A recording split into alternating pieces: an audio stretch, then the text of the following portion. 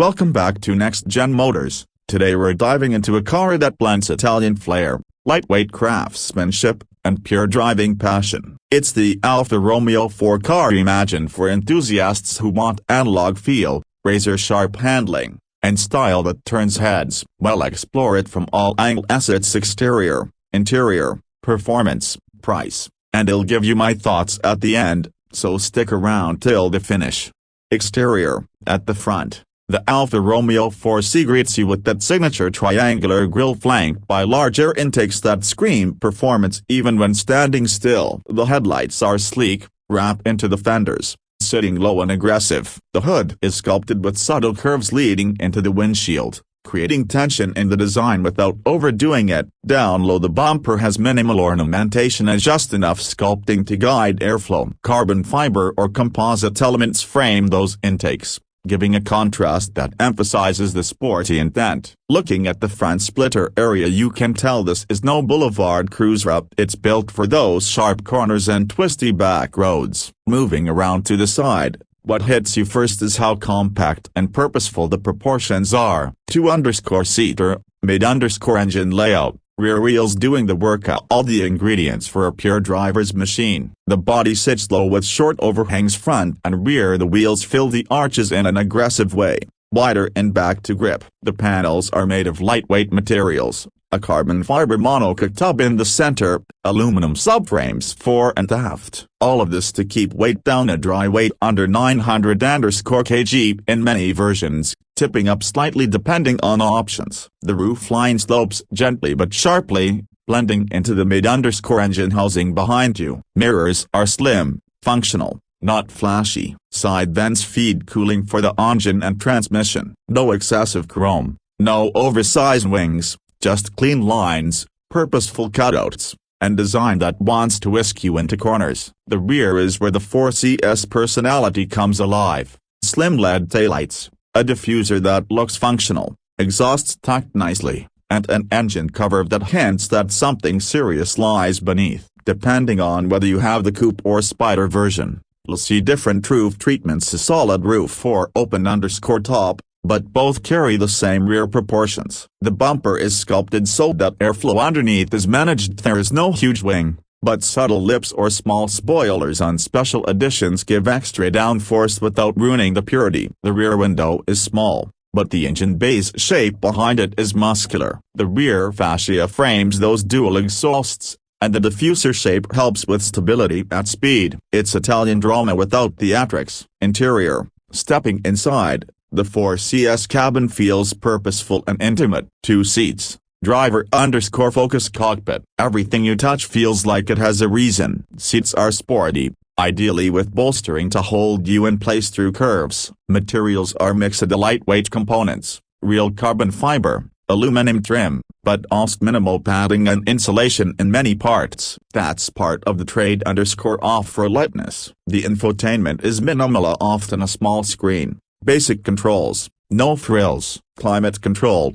essentials, and then all your attention is on the road ahead. Driver information is clear, analog feel where possible, with pedals behind the wheel for the dual_clutch gearbox. Visibility forward is decent, to the sides and rear less so, but again, this car is about feeling, not comfort. There's little in the way of large storage spaces, glove box, small compartments, but don't expect huge cubbies or rear seats. Soundboard is raw, engine, exhaust, wind intrusions up. If you want quiet, this isn't your pick. But if you want emotion, this is honest. Performance. Under the skin is where the Alfa 4C shows off its engineering pedigree. A turbocharged inline_4 around 1.7 to 1.75 liters, producing roughly 240 horsepower, and to work in the range of 350 Nm. Rear_wheel drive, mid_engine layout, and a dry dual_clutch transmission,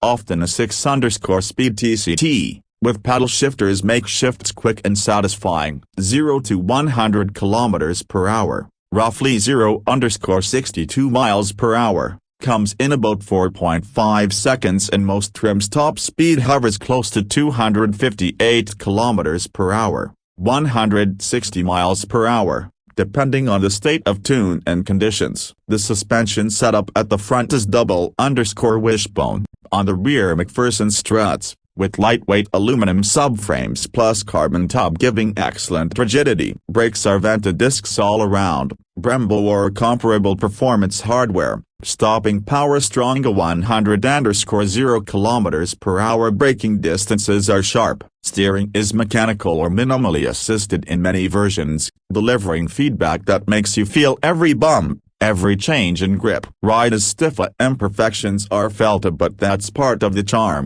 It tells you the road, makes you work for speed, rather than hiding you from it. Fuel economy is modest, given the focus on performance. Combined figures tend to sit mid-teens liters per 100 kilometers in spirited driving, lower when cruising gently. Emissions align accordingly. Running costs higher than mainstream cars, premium fuel, maintenance on high-performance parts, tires that grip aggressively wear quicker. But in return you get experience. Pricing is interesting, because the 4C has been out of regular production in many markets. New or near_new examples are more expensive than you'll expect for its size. In places where it's still available or re_imported, the cost can be steep, especially for specialty trims or spider versions. Collector's examples, special editions, or limited run models further inflate prices. Value depends heavily on condition, mileage, provenance. For some buyers the price premium is worth the visceral feedback, the lightweight construction, the design, the Alfa badge and soul. When compared to rivals like the Porsche Cayman, Lotus Exige or even Alpine A110, you often pay extra for emotion and exclusivity, even if performance numbers are similar. There are compromises: interior noise, limited creature comforts, tight space especially for taller drivers, minimal sound insulation, less technology compared to modern luxury sports cars, and practicality almost non-existent. But the flip side is a car that connects. Every input, every turn, every change in throttle is communicated. It's a car you feel, not just drive, and for many that's the appeal. After driving the Alfa 4C, you'll either be in love or you'll conclude it's too much rawness. If you want comfort, luxury and quiet, go elsewhere. If you want analog connection, razor_sharp handling, and style that breathes Italian DNA, the 4C delivers in spades. It doesn't try to be an SUV, doesn't try to be a cruiser, it knows what it is. For those who chase corner exits, value lightweight agility over heavy horsepower, and want art in motion, the 4C remains one of the most special experiences you can buy. Thanks for joining me on this step look at the Alfa Romeo 4C. If you enjoyed this video, don't forget to like and subscribe.